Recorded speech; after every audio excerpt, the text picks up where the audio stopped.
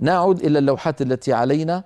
اللوحة التالية التي تلي هذه اللوحة تتكلم عن الهمزة المرسومة ياء.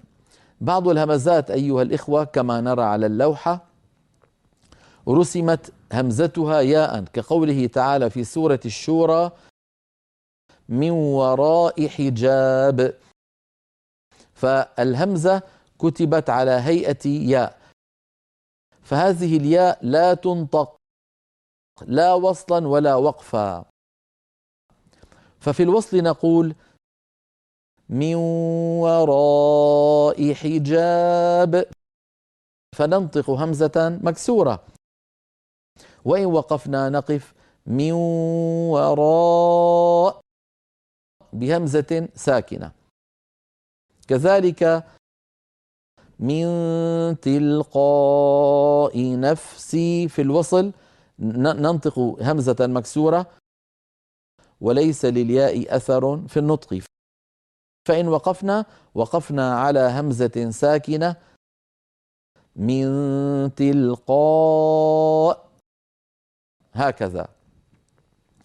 أيضا المثال الثالث في هذه الصفحة: وإيتاء ذي القربى، في سورة النحل نقف عليها وإيتاء، ولا تنطق الياء أبدا لأنها كرسي للهمزة.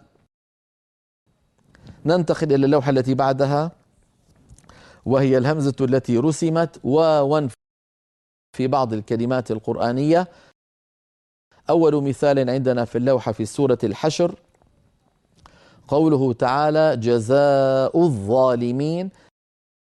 جزاء كتبت الهمزة على واو، فالواو كرسي للهمزة، فلا تنطق هذه الواو لا وصلا ولا وقفا. ففي الوصل نقول: جزاء الظالمين، وفي الوقف نقول: جزاء بهمزة ساكنة. المثال الثاني في اللوحة: تفتأ تذكر، بهمزة مضمومة والواو التي تحتها كرسي لها. وأما الألف التي بعدها فأيضا ألف زائدة كتبت لحكمة الله أعلم بها، لكننا لا ننطقها لا وصلا ولا وقفا. فتفتأ تذكر، هكذا هي في الوقف في سورة يوسف، فإن وقفنا عليها اضطرارا أو اختبارا نقف عليها تفتأ تفتأ، هكذا.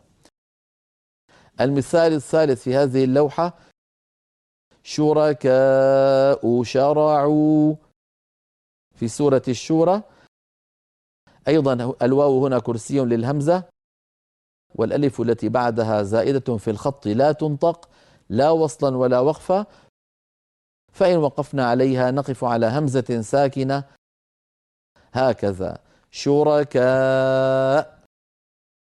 إذن هكذا أيها الإخوة لاحظنا بأن هذه الهمزات وإن كتبت على واو أو على ياء فإن الواو والياء كرسي لها لا ينطق، وإنما الذي ينطق هو الهمزة، سواء كان ذلك في حالة الوصل أم في حالة الوقف.